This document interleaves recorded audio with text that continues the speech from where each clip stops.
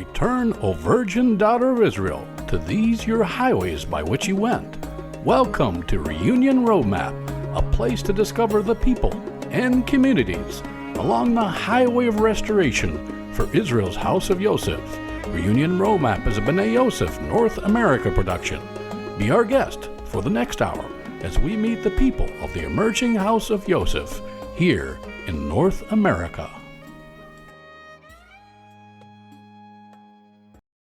Shalom, this is Sefania Pappas with B'nai Yosef North America, and with me is Al McCarn, our Executive Director, and we're actually going to be interviewing Alex David Altman, and I first met him in 2015 at the First Zionist Congress for Ephraim in Ariel, Israel, and I really appreciate the topic that you're delving into in this particular interview. Yeah, Stefania, this is one David and I have been talking about for years, actually. And as you'll hear in the interview, this is a window into the conversations we have as we are driving up the highways across the United States and Canada. But we're talking about Jew hatred, anti-Semitism, where it comes from, how it manifests, the different spirits behind it. One thing I will say is, you mentioned the Zionist Congress for Ephraim. Well, that was the first B'nai Yosef National Congress, as we called it, back in 2015. Yes. That's where I also met you and David Altman and many others. You know, you could definitely call it a Zionist Congress, because what is Zionism? It is the movement to see the people of Israel restored in their ancestral homeland of Israel. So right now, the focus is on the House of Judah, the Jewish people. Yes. So even though we are self-identified Ephraimites, of the other half, the lost tribes of Israel, let's set that aside right now, because what is hanging in the balance is Judah's destiny, the inheritance, the promises given to the Jewish people, because Judah must go up first. And that's why it's important for this conversation that we talk about the roots of Jew hatred, and what else can we call it but that. So with that as introduction, let's go on to Palatka, Florida, and talk with David Altman.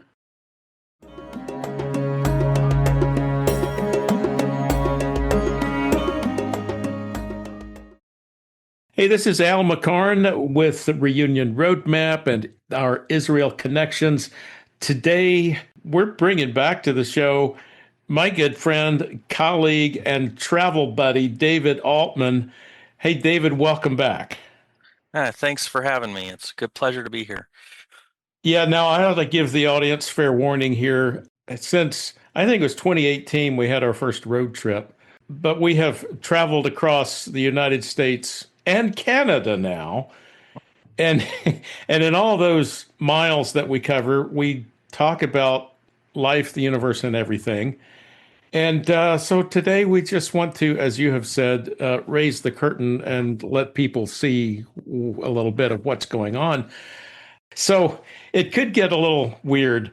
Well, we'll see. But we've got an important topic to discuss, David. Zionism, anti-Semitism, the nexus of that subject with, let's see, the legacy of Jeroboam and the legacy of Esau or Edom. Now, you had this initial thought where you're bringing all that together. So I'll just throw the ball in your court and say, introduce the subject.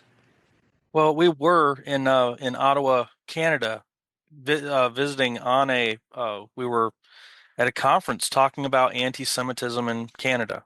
And the topic was the primary focus. And I was thinking about we've got these dynamics. People are talking about Edom. People are talking about the Amalekites. People are talking about all these different basic Jew hatred. And specifically, they want Judah to be destroyed. Judah needs to be wiped from the face of the earth. Now, obviously, considering today's circumstances, there's just been a war. At the time of this recording, there's just been a ceasefire. And so ultimately, you have a regime in Iran who's literally said that it wants to wipe Israel off the face of the map. What is ironic about that is the larger Satan in their eyes is America, which could be representative of, other uh, Jacobites. And we don't want to bring back the term Jacobites because that had a bad history in Scotland. Depends on whose side you're on. It does. It does.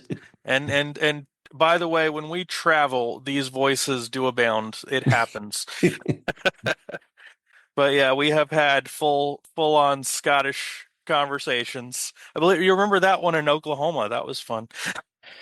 Oh, yeah. Well, okay, so let's reel it in and talk more about the Jacobites. Oh, I mean the House of Jacob. So we're seeing that there is this just visceral hatred and the need to destroy them completely and utterly. You see this in Purim. You see this in the spirit of Haman, where he just has this absolute need to destroy Israel. And this is something that can't be resolved. There's only one way to deal with this. You cut it out. However, there's another anti-Semitic kind of nature, and that is sheer jealousy. And I was thinking about this, and I was looking back at Catholic history during the Crusades. The Jews were primarily secondary in their thought process. They needed to possess what the Jews had possessed before them. They just had to do that. They had to have the Holy Land. That was the most special place in the world, and they needed to own that. And, that's a jealousy for what Judah has. Well, that was the characteristic of Jeroboam. The northern kingdom wanted that scepter. They wanted to do what they wanted to do, but they wanted it for themselves. Mm. And so the thing about that is when you recognize that you're being jealous and that you're not in the right place, if you ever do come to that place, that is redeemable. It doesn't just have to be cut out. It can be repaired. It can be fixed through proper methodology and understanding. But it requires, like all repentance, you have to recognize it and you have to turn from it. Hmm. And so the difference between this Jeroboam anti-Semitism and this Edomite anti-Semitism is important, but they all seem to converge, and you seem to get these very bizarre bedfellows where people that shouldn't get along do because they have a common enemy, and that's Israel. Hmm. And so it's been a topic of conversation. So that's where the thought came from, and we've been exploring it ever since. Yeah, we have. Let me just say that we're not talking doctrine here. We're just throwing out some thoughts. And where we get a connection with Edom or Esau and anti Semitism, well, talk to our Jewish brethren. They have a pretty strong case for linking the Christian church writ large with Edom. And that goes back to connecting Rome, the Roman Empire, with Edom. And for those who don't know, Edom is Esau. Edom is the name of the country and the lineage that he was father of. And if you'll remember the Genesis account, Esau and Jacob were twins. Jacob, the younger twin, Esau sold his birthright. He despised the birthright. So the scriptures say Jacob jumped in and took it and conspired with his mother, as you'll remember the Genesis story, tricked his father Jacob, deceived his brother Esau, got the birthright blessing, and became the custodian of the covenant of redemption God had made with Abraham and Abraham's descendants. So that's the genesis of the rivalry between Esau and Jacob. And to this day, what our Jewish brethren will maintain is that rivalry is still operative. And that if you look at the prophecies regarding Edom in the book of Obadiah and elsewhere, they were seeing some of those things playing out with the way Rome had been oppressing Judea, the Jewish people. And then when the Roman Empire gave way to the Roman Catholic Church, well, it was a transition from a physical empire representing Edom to a spiritual representation of Edom. So that's why today, when you talk to Jews, at least Jews who know their traditions, know the Talmud, know the scriptures, the prophecies, they'll tell you about why they think Edom and Christianity are linked. So, David, what you're talking about, and let's just pull the Edomite thread for a bit. What our Jewish friends would say is that there's two aspects to Edom. There is that reconcilable, redeemable part, because Esau and Jacob at some level are supposed to be reconciled, but there's also that thread that is irredeemable. That's the Amalekite thread. Yes. And Yeah. if you want to pull on that, all you need to do is go to Exodus 17, where Mm-hmm. for he said, because the Lord hath sworn that the Lord will have war with Amalek from generation to generation. He literally says that this rivalry with Amalek will be pretty much forevermore. And I imagine it's a guess, but it's not a far-fetched guess that after the millennial kingdom, and then you have this group rises up after the devil is loose from his prison. I bet they're going to be Amalekites. Mm-hmm. Just a Yeah. guess. Yeah. Now, so who's Amalek? Take a look at Genesis 36, and you will see the genealogy, the lineage of those who were Esau's descendants. And you'll see that his number one son by his first wife, Ada, was a guy named Eliphaz. And Eliphaz had his firstborn son was named Timon. So I think there's a connection of this Eliphaz with Eliphaz the Temanite, one of Job's three friends who came to comfort him. But Eliphaz had a concubine, and with her, they had Amalek. So Amalek is Esau's grandson. Amalek is the sworn enemy of the house of Jacob, all Israel. It's these people who were descended from Amalek who descended on the Israelites as they were coming out of Egypt. And as you said, Ezekiel 17, they attacked without warning. They took they fell on the stragglers, the weak, the weary, the sick. And God said, "You're going to have war against Amalek all your generations." He did. Yeah, he did. And let's see, who are some of the other prominent Amalekites we see in Scripture? The Amalekites that it begins with is in Exodus, when they deny Israel access to their land as they're trying to traverse the wilderness, Mhm. correct? And Right. and then let's see. I mean, I've always connected Haman to an Amalekite. Was he specifically mentioned as one? Yes, actually, he's called. This is the nemesis of Esther and Mordecai. Hmm. The Grand Vizier of the Persian Empire under King Ahasuerus or Xerxes. Haman was known as Haman the Agagite. Well, that And means he was of the house of Agag. Agag. Agag is an Amalek. Yes. And this is in the book of First Samuel, when God tells King Saul, go against Amalek, wipe out the Amalekites. Well, Saul does a pretty good job, but he doesn't finish it because he brings home some of the sheep and other spoils, and he brings home their king, whose name is Agag. And according to Jewish tradition, before Samuel the prophet executed Agag, because Saul didn't, Agag was able to, father a child, which preserved his line. And that's how Haman was descended from this Amalekite king. And I see that in 1 Samuel 15:32, Samuel said, "Bring Agag, the king of Amalek, to me." And Agag came to him in fetters, saying to himself, "Surely the bitterness of death is past." Yeah. And I mean, just the guy. I mean, just God has told Israel time and time again, these are these people aren't. You're not going to be able to fix this. They're literally focused on your destruction, and the only way to do is cut out this cancer once and for all. And for whatever reason, nobody ever finishes the job. Yes, that's right. So that's why when you look at the October 7th war that Hamas began in 2023, this war that, as we are talking now in June of 2025, it's gone on for nearly 2 years.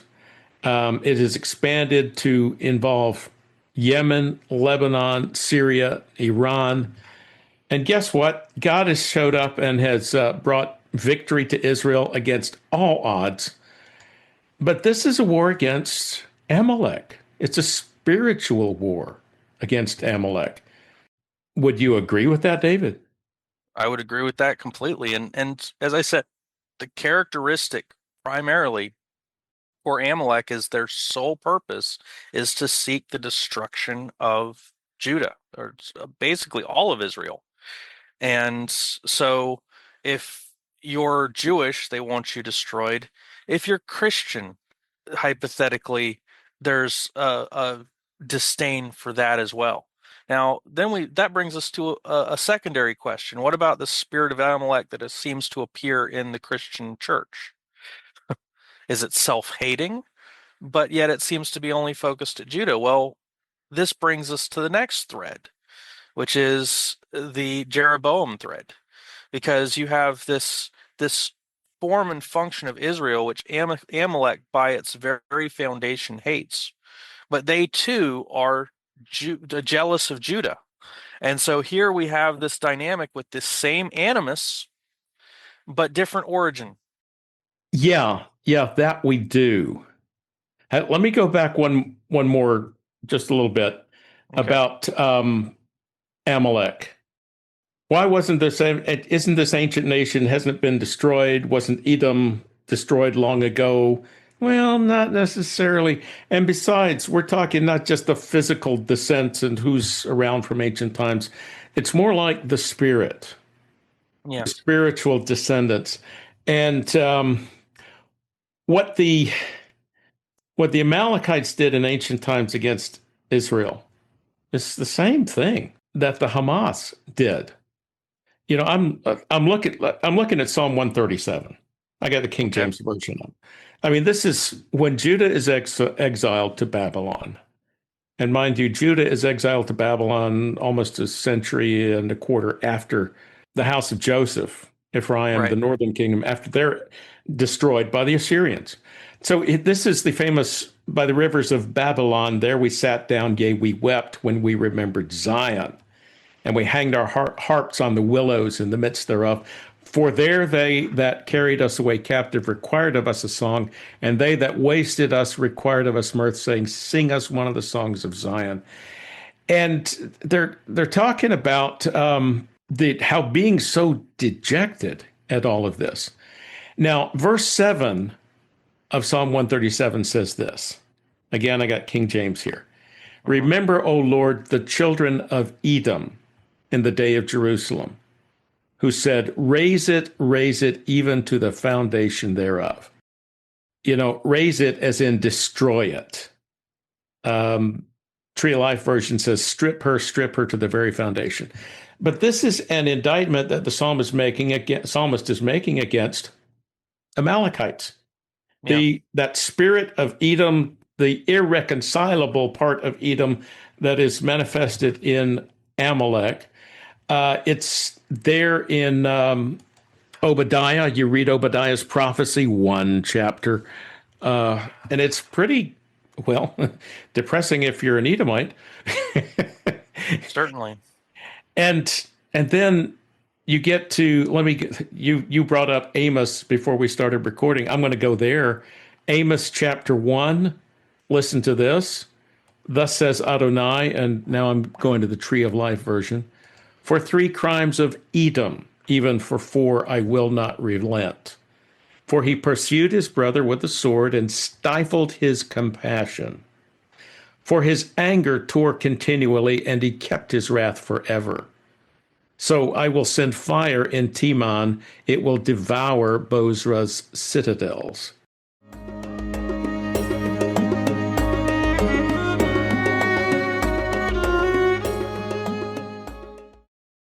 From Wilderness Cry, I Am Not My Own. You can hear more of their music at wildernesscry.com.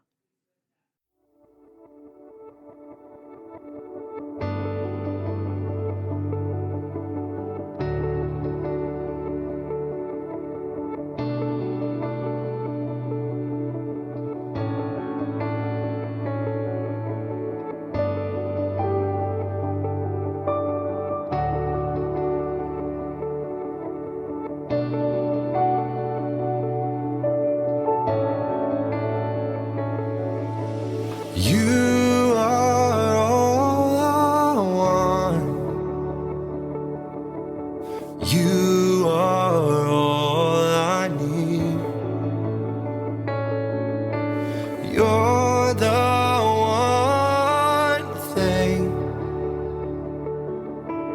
living inside of me. I am not my own. I belong to you. Here at your throne, I am made new. Refining fire, come and purify. Remove all my dross. I am not my own. I belong to you. You are holy. So come and purify me. You are all I seek. Reveal yourself to me. 'Cause I am not my own. I belong to you. Here at your throne, I am made new. Refining fire, come and purify.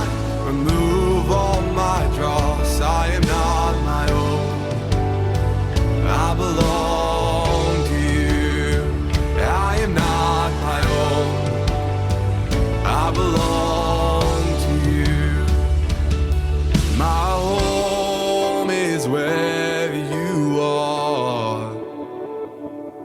Surround me with who you are.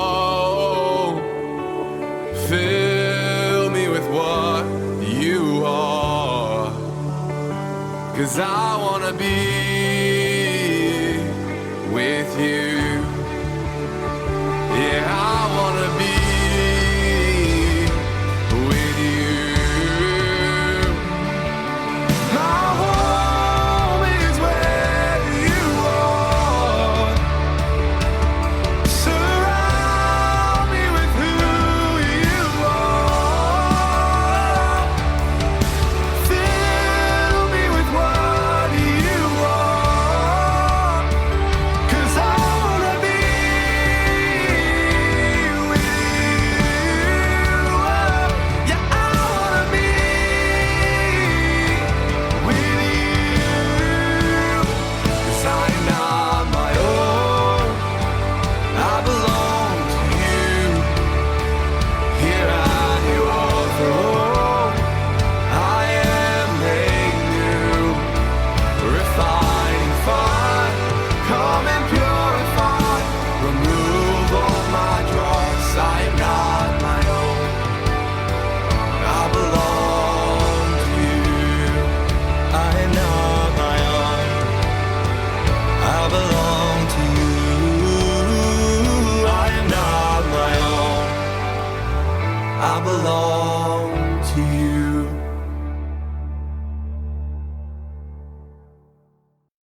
Shalom, everybody. Welcome to the Midrash portion of Reunion Roadmap. This is David Jones, and with me today is Barry Phillips. Shalom, brother. Shalom, David. I want to talk about something today. There's a lot of different angles, a lot of different ways we can go with this. So where exactly this is going to lead, I'm not for certain, but I'm thinking. No, not really. We just kind of start talking about what's going on and kind of see where it unfolds. But I am thinking about not even tunnel vision, just kind of like we allow too much of ourselves in the vision that the Father has for us. You know, we have a hard time seeing beyond what we can see. And that's where faith has to come in. That's where trust, we have to trust him. We have to honor him. We have to keep going no matter what it looks like, and believe that he meant what he said.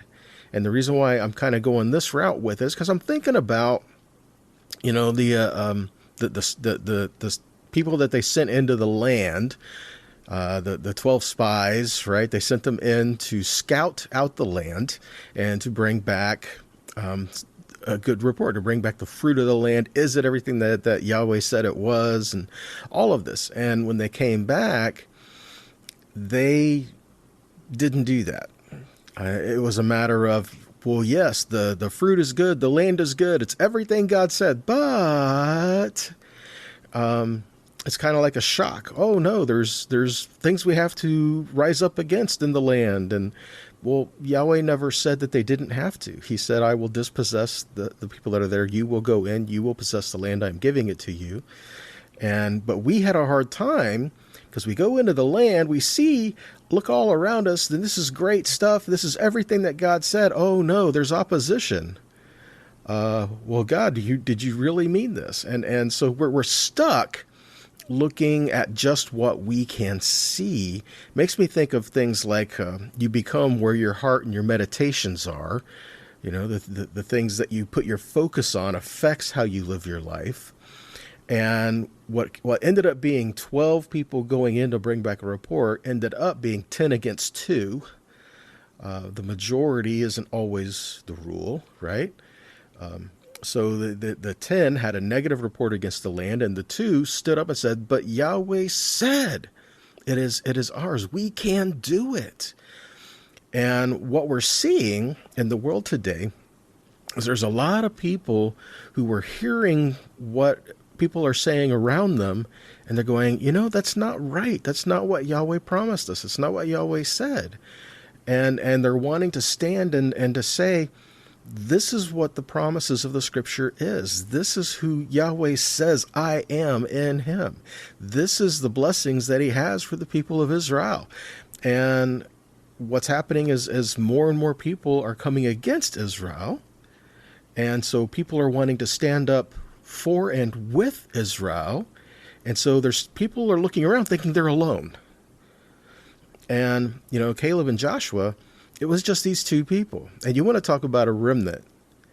If you want to talk about percentages, I don't have the number offhand, but 2 out of 603,550 men over the age of 20 when they came out of Egypt. 2. That's a small remnant. That's a small remnant. That is a small remnant. If I remember right, it's like 0.0000 something, But here we are, where people who are standing up saying, the word is, my eyes are being opened, the word is being revealed to me in ways I've never seen before. I'm starting to realize more and more who I am, who he's called me to be. But I don't see anybody else around me like this. I don't have a place that I can go that I can feel like, yes, these are my people, this is a place where I can belong. What's happening more and more? I mean, my thinking is that the more people who individually are waking up and starting to have their eyes open and starting to see all these great, amazing things, ultimately, there's going to be enough of us where we can find each other. But until then, what happens when you think like, okay, God, it's just me. What do I do? So there's a lot of different areas, a lot of different directions that we can take this.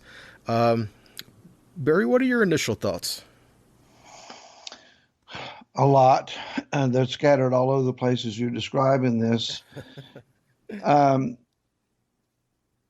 when we talk about being a part of the group, it's very important that we understand what group we're being a part of. Um, Israel's called out into the wilderness as a dysfunctional family to become a functioning nation. And it's an extreme and tall order, but it was fully anticipated to be accomplished. When they went into the land, ultimately, even though it was another generation later to do so, the goal was to go in as a cohesive group. When we look at, as you're describing Bamidbar or Numbers chapter 13 in our upcoming Torah portion, they had been told who they were by tribes. They've been given their banners. They've been told where to camp, how to camp, who their tribal leadership was, what order they were to march in, how they were to file in ranks. They were given, a water system. They were given a food supply. This people was learning to have to function together. They had the Mishkan or the tabernacle right in front of them in the middle. They were supposed to be tabernacle centric. They were people who were learning to be accustomed to following the glory in the cloud, being led by the Spirit, not just what they saw, but by the Spirit. And when it came time to laying their hands on what the intended goal was, they could only see a problem. When individuals or small groups are looking for a place to belong, they're looking for order out of their personal chaos. I need congregational life to help me. Is there someone that can help me study? Is there someone that can help me worship? Is there someone that I can fellowship with? I hear this a lot. I'm looking for someone to connect with and to fellowship with. People, we need each other. We recognize this need. So we initially, David, we come looking for what we have in common. The problem is that we also end up looking at our differences, and we're weighing what we have in common against our differences, and sometimes we say, I'm done. I'm out of here. Wow. Because there's a lot to say about that. There's too much difference instead of enough commonality.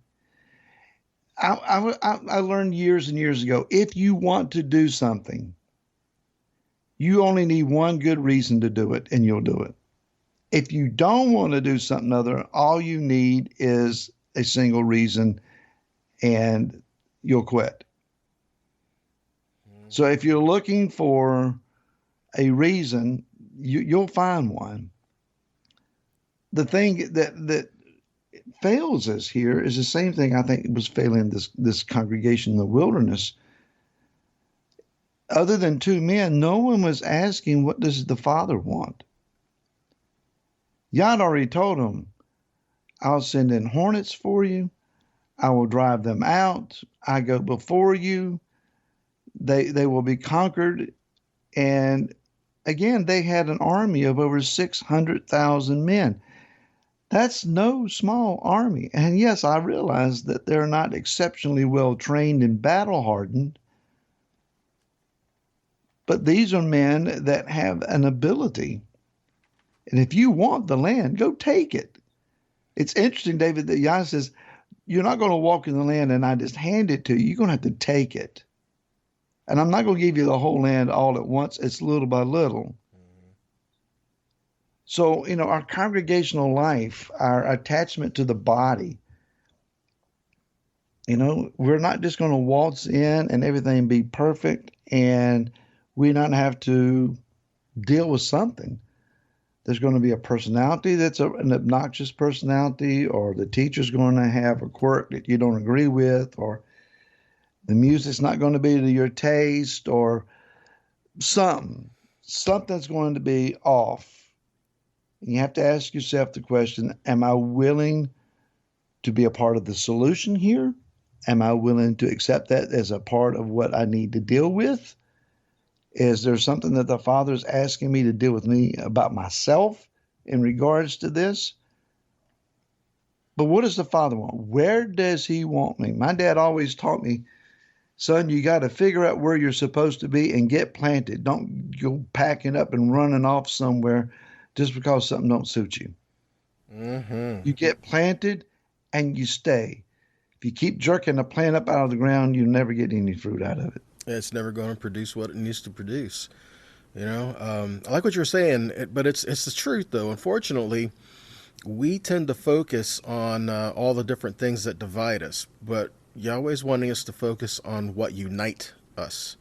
There's so many people, especially nowadays, that are standing up for what they're against. I'm against all these things. Well, why is nobody standing for what they're for?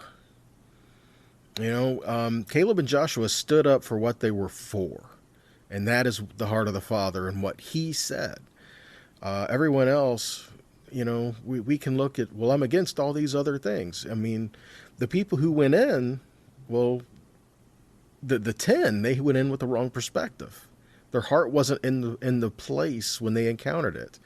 And we have to be prepared when we start facing life and start entering into problems. How we go into a situation is going to affect how we come out of it. And say that again. How we go into a situation is going to affect how we come out of it. If we go in with faith, it will see us through. Instead of being so scattered about all these things we're against. And I get it. I do get it, because none of us want to miss the mark. None of us want to unite ourselves with unrighteousness. None of us want to unite ourselves with things that is against the Father's heart. But why is it when we meet someone, our first thing is we pull out our notebook and go down a list of 20, I just think the same thing. 25 questions before I can, sit down and have a cup of coffee with you. You have to meet these criteria.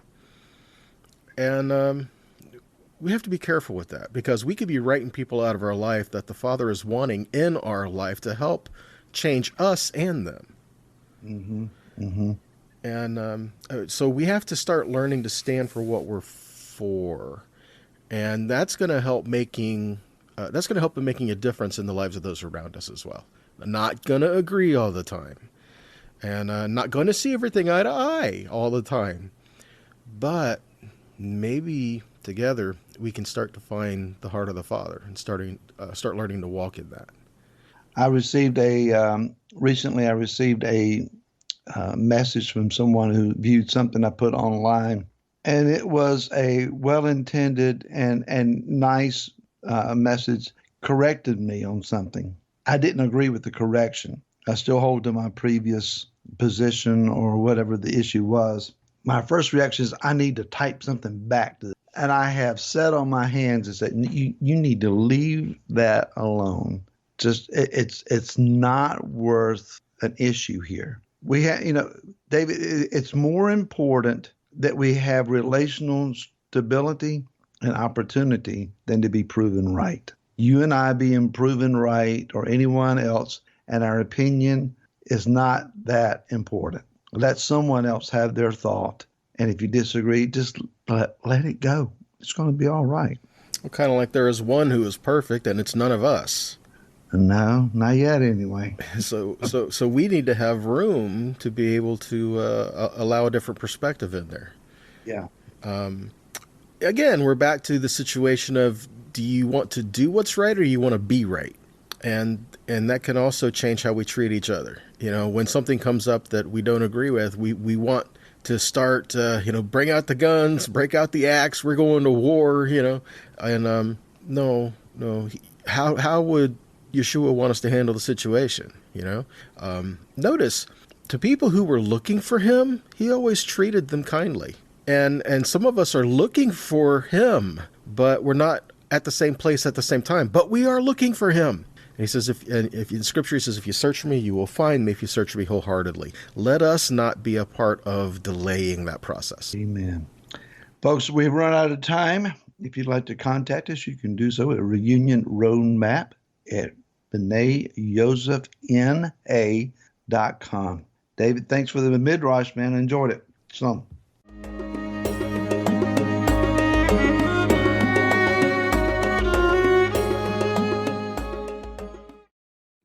And now, Rend My Heart by Wilderness Cry. Visit their website at wildernesscry.com.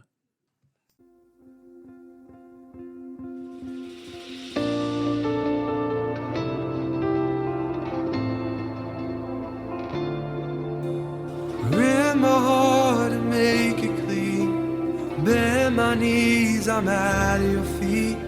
I am all yours. Fill me with a childlike faith. God, help my unbelief.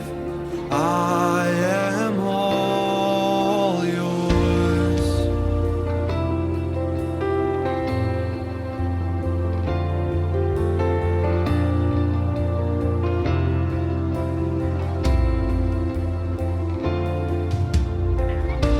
You said, let the children come to me. I say, your child is all I want to be. Help me surrender, help me remember that you are my Father and I am yours. When I am weak, you are strong, so help me believe. Rend my heart and make it clean. Bend my knees, I'm at your feet. I am all yours. Fill me with a childlike faith. God, help my unbelief. I am all yours. You can have it all. You can have it all. You can have it all. You can have it all. You can have it all. You can have it all. You can have it all. You can have it all. All my pride, all my shame, all my life, everything, have it all. All my pride, all my shame, all my life, everything, have it all. You can have it all. You can have it all. You can have it all. Oh, you can have it all. So come let me, 'cause I wanna be completely clean, forever free. Come dwell in me, 'cause I wanna be completely clean, forever free. Oh, come dwell in me, 'cause I wanna be completely clean, forever free. Oh, come dwell in me, 'cause I wanna be completely clean, forever free. You can have it all. You can have it all. You can have it all. You can have it all. Rend my heart and make it clean. Bend my knees, I'm at your feet. I am all yours. Fill me with a childlike faith. God, help my unbelief. I am all yours. Rend my heart and make it clean. Bend my knees, I'm at your feet. I am all yours. Fill me with a childlike faith. God, help my unbelief. I am all yours.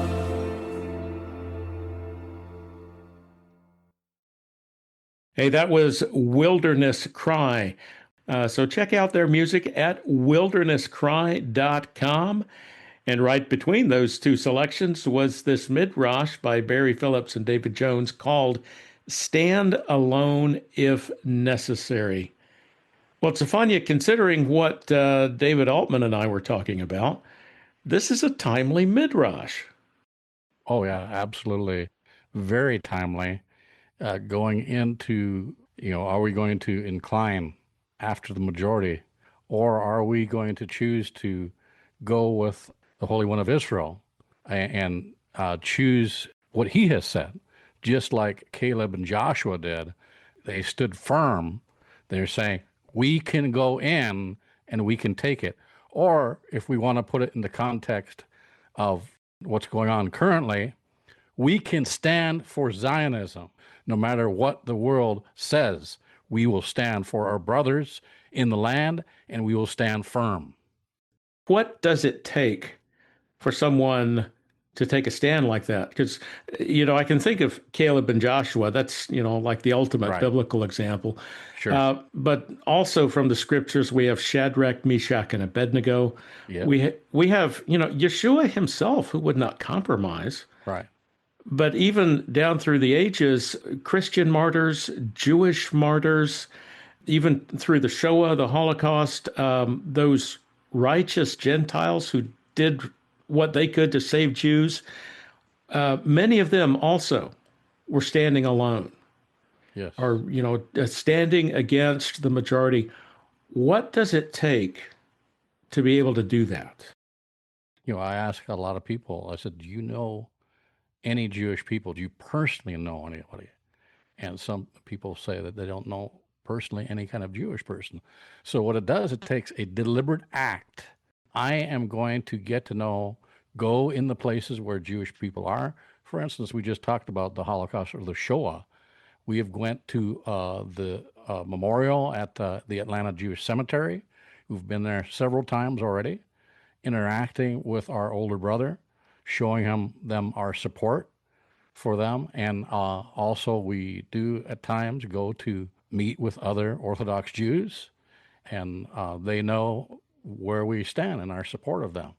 We're not there to wave a flag, who am I, and like that. It's not part of that. It's saying, I'm here to support you. And if supporting you means that it looks, if it looks like I'm one of you in my support, then that is one way to do it, because we're not there to try to boast about who we are, because we're not there with an agenda. The only thing that we're there for is to support through love and action. And action means, and some of the ways that we can actively do it, if we can't go to the land to support them in that way, we can actually support them through various ministries that support what's going on in the land, and we can participate at that level as well. Or we had a particular summit that didn't take place, and we that's a whole other story. But we can go to those types of events where we can begin to interact with our older brother and let them know, that we care about them and we stand for the land of Israel.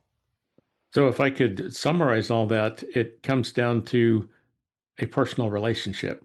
That's it. That's it, right? Yeah, because it comes on all levels. In a long way, I was describing all the levels that go along with having a relationship.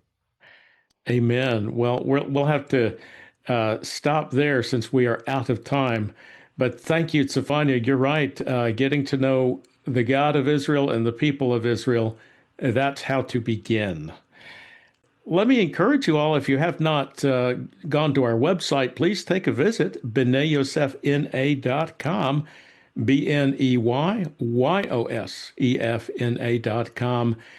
Do check out our resources, subscribe to our mailing list, and if you want to become part of our growing network of affiliates of B'nai Yosef North America, you can start that process right there on the homepage.